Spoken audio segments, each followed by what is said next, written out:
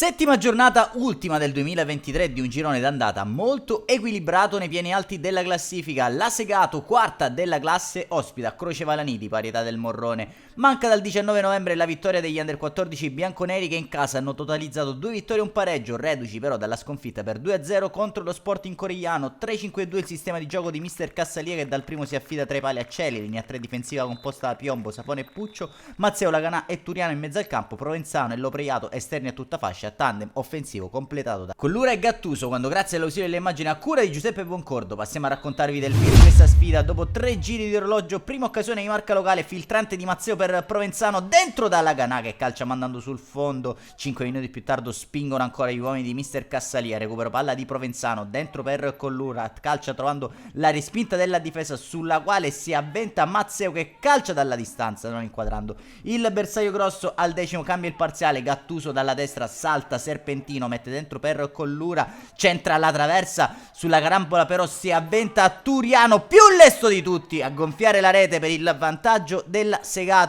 Morrone che si desta dal proprio torpore al 28esimo con la punizione di Calabrone che scheggia solamente la parte alta della trasversale dei pali. Ultima emozione della prima frazione di gioco con l'azione corale dei padroni di casa che libera al tiro Provenzano. Va con il mancino a giro, non inquadra lo specchio della porta. Va in archivio la prima frazione di gioco a senso unico, fin qui Segato avanti per una rete a 0.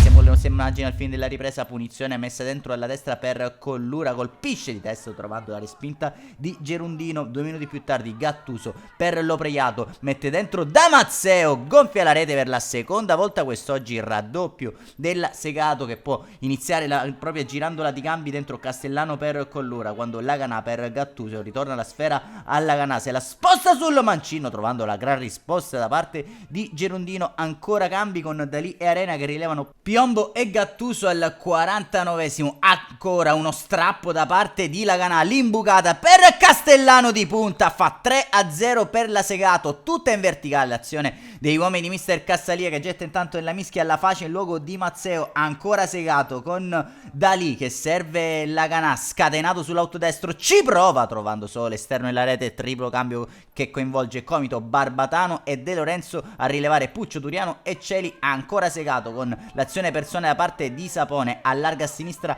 da Comito che calcia con il mancino trovando ancora la risposta dell'estremo difensore della Morrone. Secondo minuto di recupero, cross dalla destra messo dentro per Arena che si sposta la sfera sul destro, calcia facendo Segato 4 Morrone 0. Termina con una vittoria il 2023 per i ragazzi di mister Antonino Cassalia. Un saluto allora amici appassionati e appuntamento come al solito alla prossima, buone feste.